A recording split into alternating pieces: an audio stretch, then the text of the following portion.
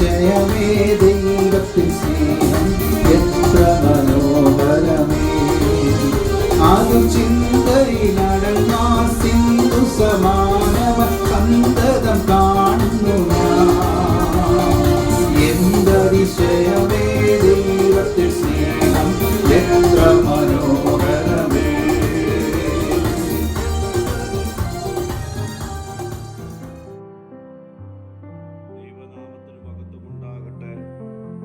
ഇന്നത്തെ പ്രഭാത ധ്യാനത്തിനായി 37-ാം സങ്കീർത്തനം 4-ാം വാക്യം. യഹോവയെ തന്നെ രസിച്ചു കൊള്ളുക, അവൻ നിന്റെ ഹൃദയത്തിലെ ആഗ്രഹങ്ങളെ നിനക്ക് തരും.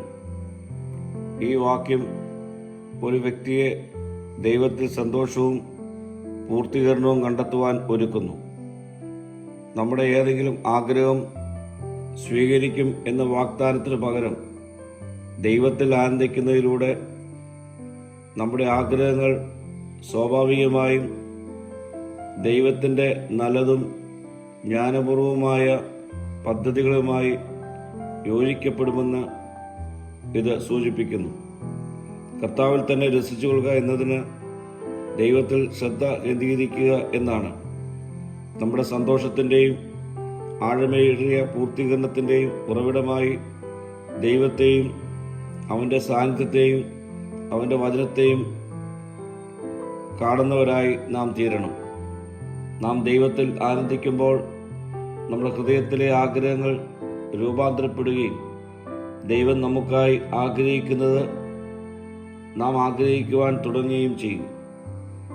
നമ്മുടെ ഹൃദയം അവനുമായി യോജിക്കുമ്പോൾ ദൈവം നമ്മുടെ ഉള്ളിൽ നീതിയുള്ളതും എന്നും നിലനിൽക്കുന്നതുമായ ആഗ്രഹങ്ങൾ നൽകും. പ്രിയ സ്നേഹിതരെ, ദൈവത്തിൽ ആനന്ദിക്കുന്നതിലൂടെ നമ്മുടെ ആഗ്രഹങ്ങൾ ദൈവത്തിൻ്റെ ഇഷ്ടമായി പൊരുത്തപ്പെട്ട് യഥാർത്ഥ ജീവിതത്തിലേക്കും സമാധാനത്തിലേക്കും സന്തോഷത്തിലേക്കും നമ്മെ നയിക്കും. പ്രാർത്ഥിക്കാം. കർത്താവേ, ദിനംപ്രതി നിന്നിൽ തന്നെ ആനന്ദം കണ്ടെത്തുവാനുള്ള കൃപ എനിക്ക് നൽകണമേ. മഹത്വം നീ എടുക്കണം. യേശുവിൻ്റെ നാമത്തിൽ തന്നെ. ആമീൻ.